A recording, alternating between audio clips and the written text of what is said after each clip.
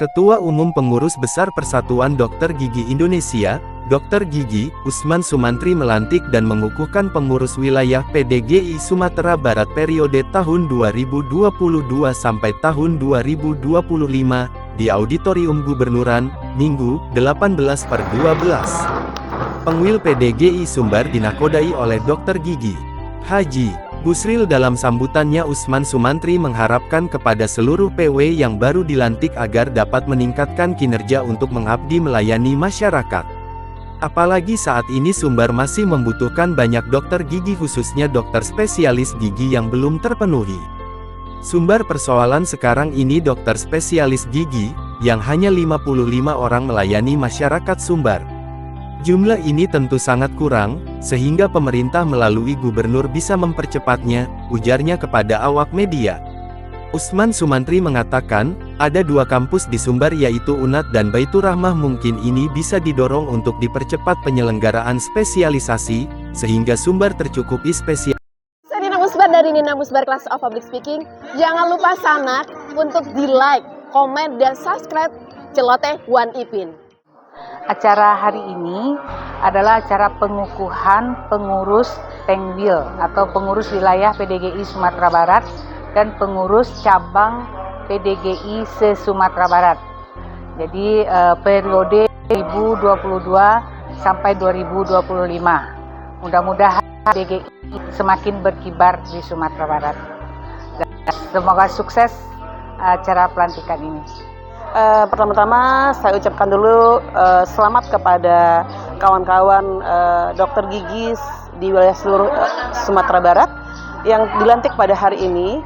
Besar harapannya ke depannya PDGI itu lebih jaya tentunya, dan PDGI dapat bekerja semaksimal mungkin dalam meningkatkan kinerjanya sebagai pengurus dan dapat membantu jika ada kendala-kendala yang dihadapi oleh anggota PDGI. Jadi besar hari ini telah dilakukan pelantikan pengurus PDGI wilayah dan PDGI cabang-cabang se-Sumatera Barat yang terdiri dari 1 wilayah dan 11 cabang-cabang yang ada di Sumatera Barat. Yang pertama. Yang kedua, dilanjutkan dengan seminar kepemimpinan. Jadi ada 2 orang pemateri dari Ketua PB PDGI dan dari Wakil Rektor 3 Universitas Andalas. Dan yang ketiga, kegiatan dilanjutkan dengan rapat kerja yang insya Allah akan kita lakukan setelah acara ini. Untuk yang hadir siapa saja hari ini? Yang hadir pada hari ini mulai dari Pak Gubernur yang diwakili oleh Kepala Dinas Kesehatan, Ketua PB PDGI, kemudian organisasi-organisasi profesi dari ID, dari PPNI, YAKMI, IBI, dan lain-lain sebagainya. Kemudian dihadiri oleh seluruh keluarga besar PDGI se-Sumatera Barat. My name is Kim and I'm from Germany. Like, comment, and subscribe. Celoteh One Ipin. Apa Pak fungsinya? Baik, pertama kami mengucapkan selamat atas pelantikan pengurus PDGI Sumatera Barat.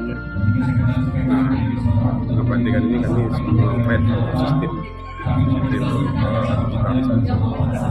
dalam rangka untuk meningkatkan layanan dari dokter gigi sendiri, masuk juga mudah-mudahan kita kan namanya NKIS. NKIS itu lebih ke dari sistem klinik ya kita. Nah, ini kita buat dalam rangka untuk memudahkan para masyarakat mengakses jadwal dokter, kemudian janji dokter, kemudian mendaftarnya. Jadi kita perlu datang lagi dengan aplikasi ini sudah bisa diadopsi. Yang kedua dari sisi dokter sendiri, mereka akan tahu berapa jumlah pasiennya, dia akan mendaftar hari ini, jam berapa janjinya, segala macam. Nah, itu akan mereka ketahui, termasuk dari jumlah dengan sistem yang mereka sudah siapkan. Nah, kemudian dari sisi keuangan, ini akan tercepat secara tata kelola, harus ada pusat dan perwakilan di provinsi, namanya PDGI perwakilan provinsi ya. Jadi apa tugasnya? Yang paling penting pembinaan organisasi ke cabang-cabang. Karena yang punya anggota kan PDGI cabang, kita lebih banyak koordinatif. Pak, untuk di Sumbar sendiri kan dokter gigi kan masih kurang. berdasarkan catatan Dinas Kesehatan. Ini seperti apa upaya kita dari organisasi ke depannya agar dokter gigi ini merata di Sumatera? Ada dua kementerian. Kalau kami kan di PDGI lebih banyak memberikan data-data advokasi ya. Yang berwenang memproduksi dokter itu di Kementerian Pendidikan dan Kebudayaan. Nah, Kemkes sebagai user membutuhkan dokter gigi itu, terutama sekarang Sumatera Barat persoalan dokter gigi spesialis. Yang hanya 55 orang untuk melayani berapa juta sekarang? Ya. 6,3 juta penduduk ya. Itu sebenarnya terlalu luas. Sangat kurang ya. Pada itu saya pikir barangkali gubernur juga karena yang punya regulasi bisa mempercepat itu. Ada FKG di sini, di dua FKG di Sumatera Barat. Satu adalah UNAN sama Baitur Rahman ya. Mungkin itu yang didorong untuk mempercepat penyelenggaraan spesialisasi. Supaya Sumatera Barat tercukupi spesialis. Kita Provinsi Sumatera Barat atas nama Bapak Gubernur dan Bapak Wakil Gubernur, pertama-tama tentu mengucapkan selamat atas pelantikan pengurus wilayah PDGI Sumatera Barat beserta seluruh pengurus wilayah cabang PDGI se-Sumatera Barat. Dan tentunya apresiasi juga ternyata teman-teman di PDGI yang pertama jumlahnya sebenarnya cukup banyak, tetapi mungkin saat ini belum banyak yang nyampe ke daerah-daerah. Yang pertama. Kemudian yang kedua, jumlah spesialis dokter gigi itu sebenarnya sangat dibutuhkan. Banyak antriannya, ternyata yang butuh operasi gigi itu sampai 6 bulan. Berarti ke depan kita harus menambah jumlah dokter spesialis dan yang pastinya adalah juga diikuti oleh alat-alatnya. Karena alat-alatnya juga tidak murah juga ya. Jadi hari ini pun ternyata juga ada kerjasama dengan Bank Nagari untuk all in sepertinya ya. Ada sistem yang dibangun, juga ada bantuan pembiayaan untuk alat-alat kesehatan, terutama untuk kesehatan gigi. Begitu. Siapa? Zerki Bu, apakah ada upaya dari pemerintah untuk dalam satu pembiayaan alat-alat? Iya, sebenarnya untuk rumah sakit yang sudah ditunjuk sebagai rumah sakit jejaring, saat ini memang masih ke arah kanker jantung, stroke, uronefrologi ya.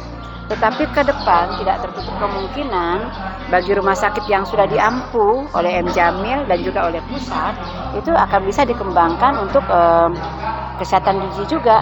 Karena diantaranya tuh seperti ronsennya ya, panoramik itu cukup mahal dan tidak banyak rumah sakit yang punya.